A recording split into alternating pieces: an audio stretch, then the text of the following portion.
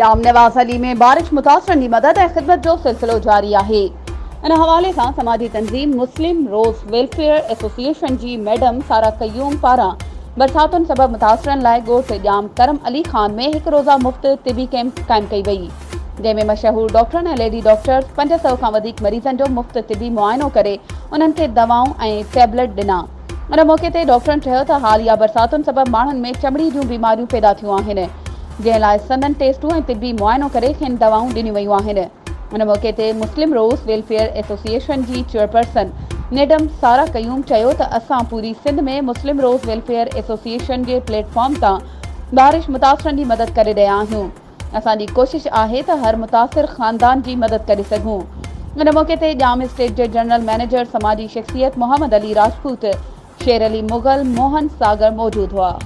वधीक ख़बरुनि ऐं अपडेट्स जे लाइ असांजे चैनल खे सब्सक्राइब कयो ऐं हा, बेल आइकन खे प्रेस करणु न विसारिजो त जीअं असांजी हर नई अचण वारी वीडियो तव्हां ताईं पहुची सघे।